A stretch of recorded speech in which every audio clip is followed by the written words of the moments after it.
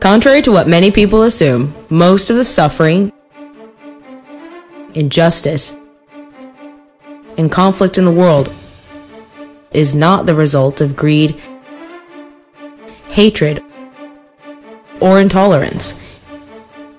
Instead, most of man's inhumanity to man is the result of one particular belief, one irrational superstition, which is shared by almost everyone, namely, the belief in authority. Most theft, assault, and murder in the world is not carried out by individuals acting on their own malice, but by individuals who were obeying the orders of so-called governments. The worst atrocities in history were the result of a very small number of truly nasty people acquiring positions of power, combined with a very large number of average people who viewed those few people as authority, and so felt obligated to obey their commands. It has always been the law-abiding taxpayers who have funded and empowered oppressive regimes. The problem is that most good people have fallen for the lie that when aggression, robbery, and control is committed in the name of law, then it is legitimate and moral, even necessary. The belief in authority tricks basically good people into going along with legalized injustice. Most children are taught that obedience to authority is a virtue, and even most adults still think that bowing to a ruling class, which they call obeying the law, is what makes someone a good person. It's not. On the contrary, being a moral human being requires understanding right and wrong, and doing the right thing, even when authority tells you not to. The basic rules for being a good person are very simple. Treat every other person as if he owns himself, because he does. This means you shouldn't attack, rob, or otherwise initiate violence against anyone. In other words, you shouldn't start a fight. If someone else attacks you, you have the right to defend yourself, but no one has the right to be an attacker. Badges, uniforms, and so-called laws do not change this fact. There is virtue in respecting the rights and property of others. There is no virtue in obeying the law just for the sake of being obedient. Sometimes a law happens to match morality, such as laws against murder.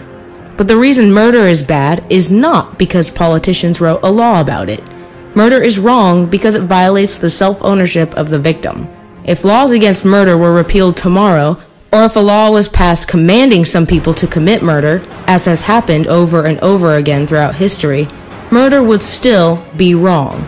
Indeed, there are many historical examples where the good people were the criminals, the lawbreakers, the rebels, and traitors to their so-called governments. When the law goes against what is moral and righteous, then it is the duty of every decent person to disobey and resist. These days, few dare to stand up to any supposed authority. Instead, people are trained to participate in elections and politics, which amounts to begging the masters to please be nicer, as if we shouldn't do what we know is right unless and until the politicians give us permission to. Not only that, but decent people are also tricked into believing that it is perfectly acceptable and righteous to control and rob their neighbors as long as they do it by way of voting and the political process. Tyrants love it when they can get the people to cheer for their neighbors to be robbed by way of taxation, or cheer for their neighbors to be forcibly controlled by way of regulation and legislation. In short, the political process is designed to dupe the people into cooperating with and even demanding their own subjugation and the subjugation of everyone else. As long as those in power can trick people into arguing over how government power should be used, arguing over who should be robbed and how much, arguing over who should be bossed around and controlled, then the masses will always be at war with each other and will keep empowering tyrants and throwing away their own freedom. Even otherwise good people feel no guilt about condoning that their fellow man be robbed and dominated, because they've been taught that when extortion and coercion is called taxation and law enforcement, that it is not only moral and proper, but is necessary for society.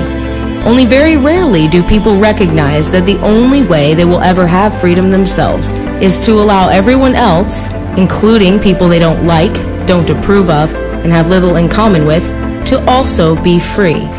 As long as people keep playing the game where they argue over which power-happy political opportunist should be running things, there will be no freedom or justice for anyone.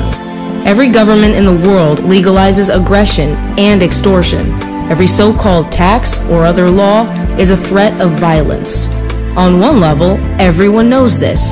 The politicians, by way of the legislative process, tell everyone else what they must do or what they may not do, and anyone who gets caught disobeying will be robbed or caged in the name of the law. The old notion of the divine right of kings has changed into the divine right of politicians, with similar results. Indeed, the belief in government is essentially a religion, the most dangerous and destructive religion ever. Hundreds of millions of human beings have been murdered by their own governments. Many millions more have died in government-created wars, and billions more have been robbed, harassed, terrorized, and otherwise forcibly dominated and oppressed by ruling classes, including democratically elected constitutional governments. Yes, sometimes agents of government will try to stop other aggressors, but every government is itself a gang of thieves and thugs. In fact, private thieves could never steal anywhere near the amount of wealth that government confiscates via taxes, and the wars waged by government completely dwarf the murder and violence committed by private thugs. Of course, there are nasty people in the world, and there still would be without government, and the good people need to have the ability and willingness to defend against such people. But organizing for self-defense is not, in and of itself, what government is. Instead, government is the idea that some people can have the moral right to rule everyone else, that constitutions, elections, and other rituals give some people an exemption from basic morality and make it okay for them to boss around other people under threat of force. The idea that we need to give a group of people permission to forcibly rob and control us so they can protect us from those who might forcibly rob and control us is ridiculous. And yet most people believe exactly that. They believe that we need government, the biggest thug and thief around, to protect us from thugs and thieves. To make this sound less absurd, the people are taught nonsensical mythology about democracy, representative government, and the consent of the governed. But there are several ways to easily prove that government cannot possibly be legitimate, never has been, and never will be. For example, people obviously cannot delegate rights they don't have themselves.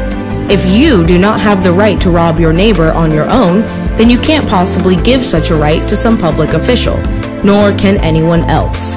No election, no constitution, no political process can make robbery and extortion moral and righteous, even if politicians first do a bunch of complicated pseudo-religious rituals and then call the robbery law and taxation. It is also easy to prove that the only thing government adds to society, or will ever add to society, is more immoral violence. In short, anything that is inherently righteous, people being productive, working together, voluntarily cooperating and organizing, defending themselves from attackers and thieves, these things don't require any special authority. You don't need a badge or a uniform. You don't need to be elected or appointed in order to have the right to do things which are already righteous and good. The only thing that so-called authority is needed for is to do things which normal people do not have the right to do, to try to authorize and legitimize acts that would be wrong if done by normal people. In other words, so-called authority is nothing more than permission to do bad things. When someone has been convinced that he has the right to rule others, whether it's a politician who believes he has the right to control your life, or a cop who believes he has the right to forcibly dominate you and forcibly impose the politician's will on you, of course, such people will tend to be callous, power-happy, and violent. When even most of their victims talk and act as if the ruling class has the right to extort and dominate everyone else, of course, there will be corruption, abuse, and oppression. At the Nuremberg trials, Nazis who were directly involved in orchestrating and carrying out mass murder claim that they weren't to blame because they were just following orders. In other words, they were obeying authority and therefore were not personally responsible for their actions. Although at Nuremberg that defense was rejected, that attitude is still shared by every soldier, every law enforcer, every tax collector, and every bureaucrat of every country in the world, who still imagine that they aren't to blame for robbing, harassing, assaulting, or even murdering innocent people because so-called authority told them to.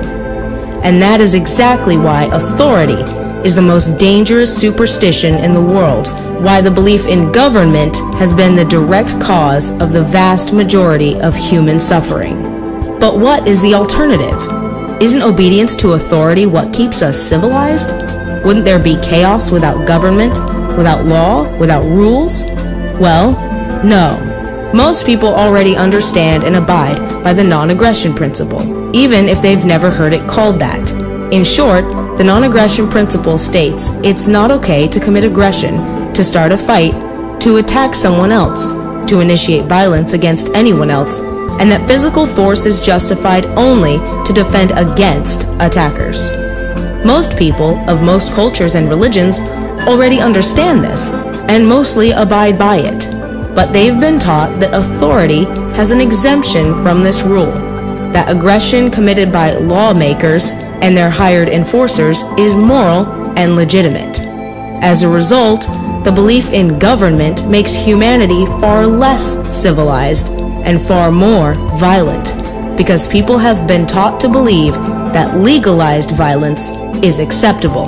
The vast majority of human pain and suffering throughout history has been a direct result of people ignoring their own moral codes and their own consciences in favor of obedience to some imaginary external authority. The death and destruction that happened under Mao Zedong was not because the Chinese people are evil.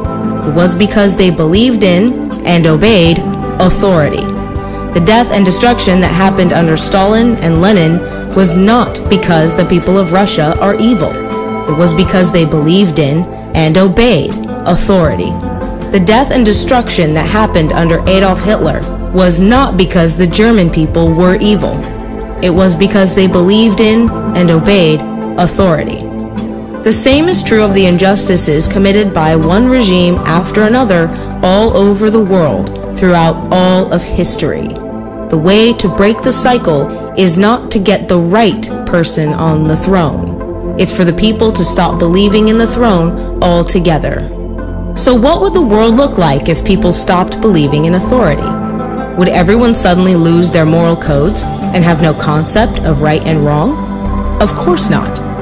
Do people only know the difference between right and wrong thanks to politicians telling them? Of course not. Do most people know how to peacefully cooperate and organize without politicians, soldiers, cops, tax collectors, and bureaucrats bossing them around? Of course they do. Yes, there would still be the occasional private sociopath, thief, or thug who would try to defraud or assault others, and the good people should and would do what they could to organize a means of defense against such predators. But to create a huge, all-powerful predator, which is what government always is, in the name of stopping predators, is simply insane.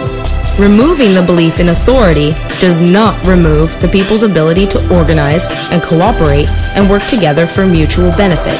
In fact, despite the politicians' rhetoric, government is never about working together.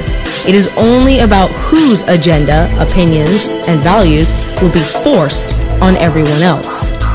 In contrast, there are countless ways in which people can create voluntary arrangements and organizations, which benefit everyone without pretending to have some special right to rule. Imagine something similar to police, only they didn't pretend to have any rights that you don't have, and you could fire them whenever you wanted.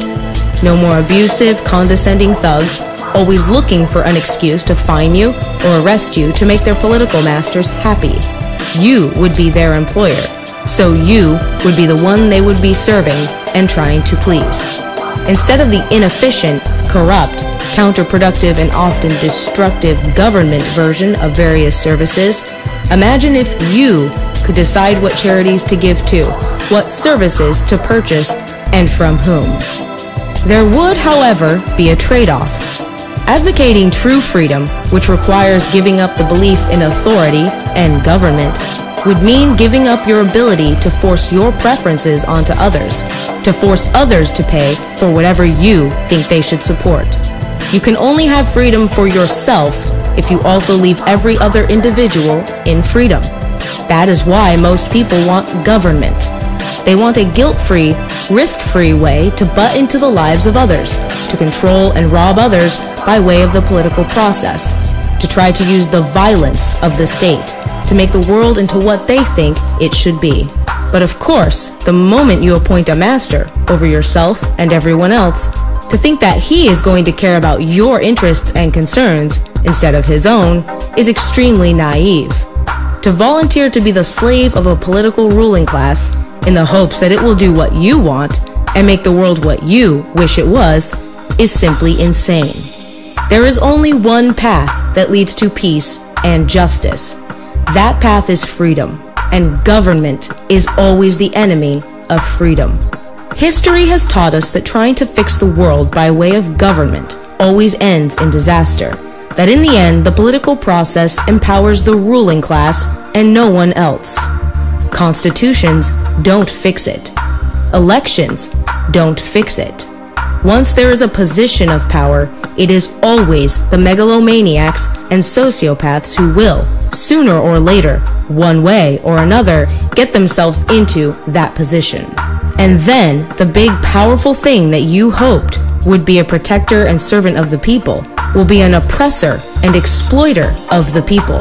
That is what government has always been and always will be until the people dare to let go of the superstition of authority.